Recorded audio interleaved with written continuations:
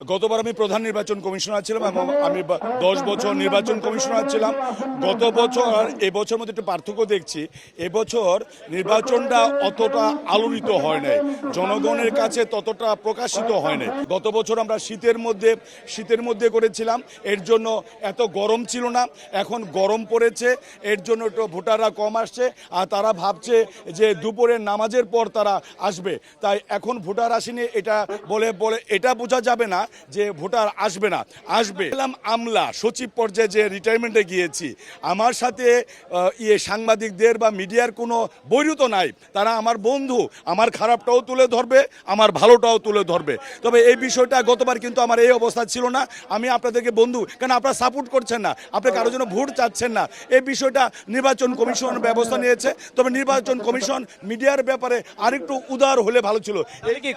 এই জায়গাটা করেছে, তাও আবার আমার দেশি ইউমু কিন্তু এই পর্যন্ত ব্যবস্থা করেছে, আপনাদের ওখানে যাওয়ার কথা ছিল। তবে আমি বলবো আগামীতে যারা নির্বাচন কমিশনার আসবেন তারা মিডিয়াকে কখনো বৈরী ভাববেন না। মিডিয়া আপনার সহায়ক, আমার ভুলকে ধরে দেবে, আমার ভুল কিভাবে সংশোধন হয় এটা বলে দিবে। তবে আমার খারাপ লেগেছে যে আপনাদের প্রতি একটা বাধা দেওয়া হয়েছে, আমার খারাপ লেগেছে। পরিবেশটা আল্লাহর রহমতে অনেক ভালো। প্রাথমিকভাবে একটু অন্যরকম পরিবেশ ছিল, যেটা আমরা মেনে নিতে চাইনি বা পারিও নাই।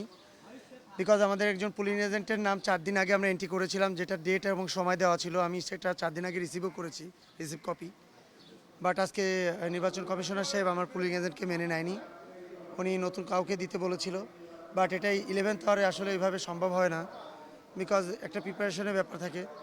সেই জায়গার থেকে আমরা একটু অন্য রকমের একটা ব্যাপার সৃষ্টি হয়েছিল। প্রথমে অপ্রীতিকর ঘটনা ঘটেছিল, বাট পরবর্তীতে আমরা আবার সেটাকে কন্ট্রোল করে আরেকজন পুলিং এজেন্ট দিয়েছি আর কি। আমরা ঘন্টা পর মনে ভোট শুরু হলো, ভোট গণনা। আর তারপর আবার তারা তো ডিক্লেয়ার করলো যে আধা ঘন্টা বাড়িয়ে দিয়েছে।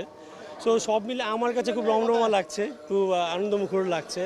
আর তার মধ্যে মানে আমি অ্যাকচুয়ালি ডিরেক্টলি মিশা দীপল ভাইয়ের প্যানেল ধরে সবার কাছে ভোট চাইছি, আমার বন্ধু এবং আমার সব জন হ্যাঁ, মানে জন ইভেন আমার পুরো প্যানেলটা অ্যাকচুয়ালি আমার সিনিয়র বড় ভাই বলবো, গার্ডিয়ান বলবো বা বন্ধুরা আছে।